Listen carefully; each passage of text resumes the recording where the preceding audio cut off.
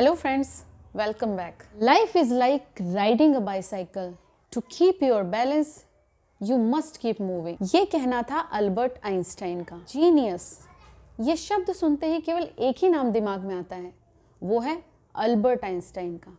Germany में जन्मे Albert Einstein, उनको दुनिया का सबसे बुद्धिमान व्यक्ति माना जाता है। ये तो आप सभी को पता ही होगा। यहाँ तक कि उनका जन्मदिन 14 मार्च जीनियस डे के नाम पर मनाया जाता है, क्योंकि उनसे ज्यादा जीनियस तो शायद ही कोई होगा। तो दोस्तों, आज के वीडियो में हम अल्बर्ट आइंस्टाइन के बारे में कुछ मजेदार बातें जानेंगे। तो आइए चलकर देखते हैं।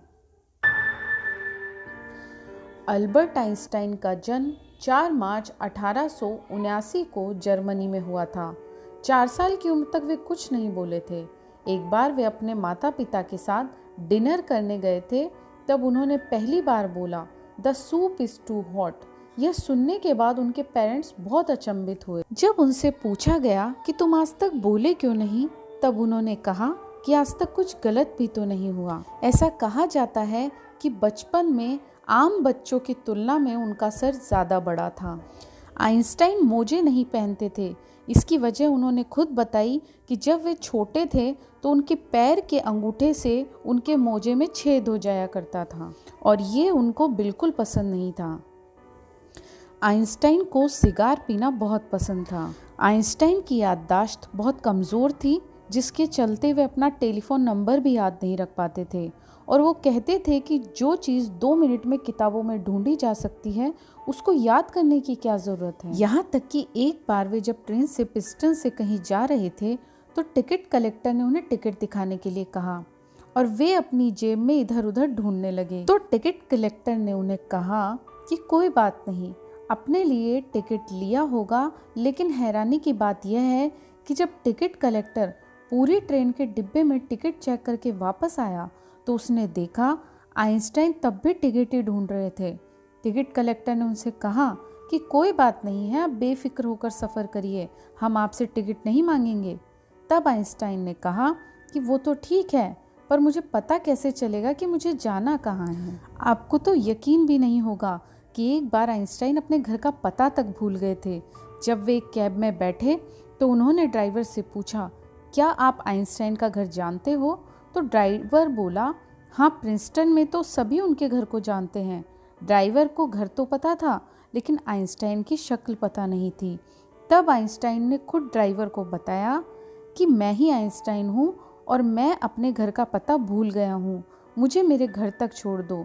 तब ड्राइवर ने उनको घर तक छोड़ा और टैक्सी का किराया भी नहीं लिया। है ना ये मज़ेदार बात। कई बार लोग उनको उनकी प्रयोगशाला के बारे में पूछते थे तो वे अपने दिमाग की तरफ इशारा कर देते थे और हंस जाते थे।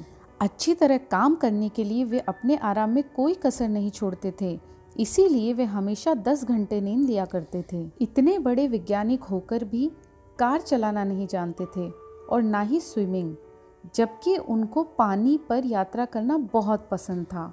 आइंस्टाइन का जन्मदिन 14 मार्च को पूरी दुनिया में जीनियस डे के रूप में मनाया जाता है। आपको ये जानकर हैरानी होगी कि उनको नोबेल पुरस्कार थ्योरी ऑफ रिलेटिविटी के लिए नहीं, बल्कि फोटो इलेक्ट्रिक इफेक्ट के लिए दिया गया था। 1905 से पहले क्वांटम थ्योरी ऑफ लाइट को ही सही माना जाता था, जिससे सबको लगता था कि लाइट एक वेव फॉर्म में होती है।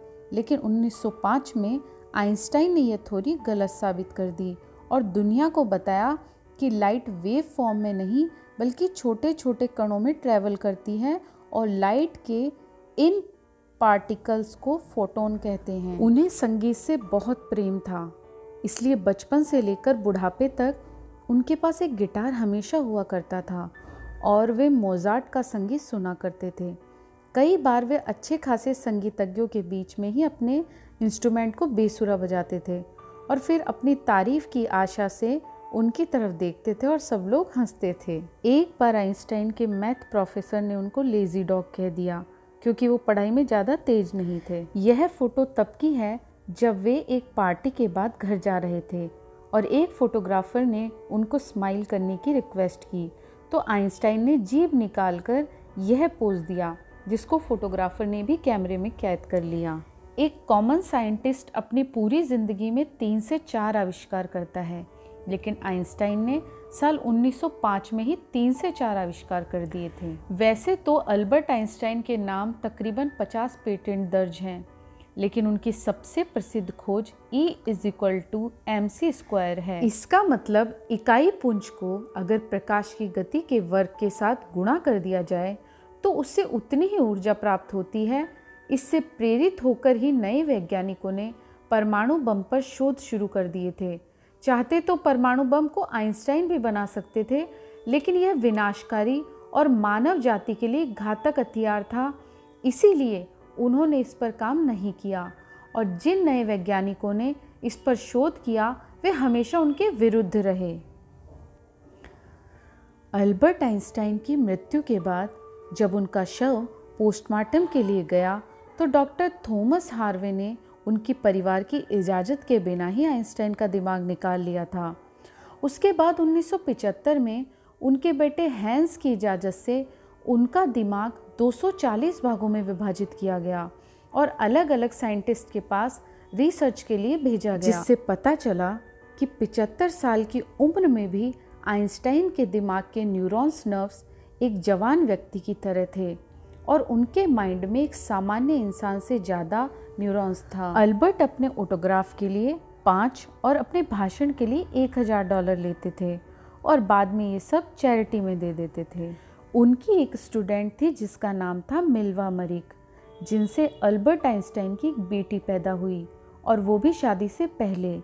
बाद में आइंस्टाइन ने मिल्वा से शादी कर ली थी। उन्होंने दूसरी शादी 1919 में एल्सा लोवेंटल से की थी। अल्बर्ट यूनिवर्सिटी की प्रवेश परीक्षा में एक बार फेल हो गए थे, फिर उन्होंने दोबारा उसके लिए अप्लाई किया था। जब आइंस्टाइन यूनिवर्सिटी में प्रोफेसर थे तब एक दिन एक छात्र उनके पास आया और बोला, इस साल की परीक्षा में वही प्रश्न आए हैं जो पिछले साल की परीक्षा में आए थे।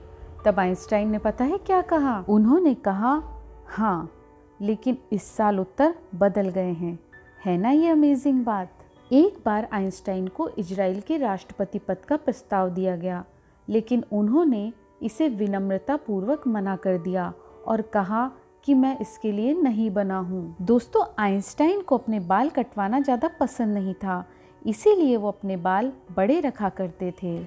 अल्बर्ट आइंस्टाइन का विज्ञान की तरफ रुझान तब हुआ जब उनके पिता ने उन्हें एक कंपास ला कर दिया और वे एक अदृश्य एनर्जी को देखकर हैरान हो गए थे कि यह कैसे काम कर रहा है। बस वहीं से उनका कदम विज्ञान की ओर बढ़ा। सो फ्रेंड्स, ये थी कुछ जानकारी जो अल्बर्ट आइंस्टाइन के बारे में हमने आप लोगों को बताई। तो इस वीडियो को ज़्यादा से ज़्यादा शेयर करें। हम फिर से कुछ नया लेकर आएंगे हमारे नए वीडियो के साथ।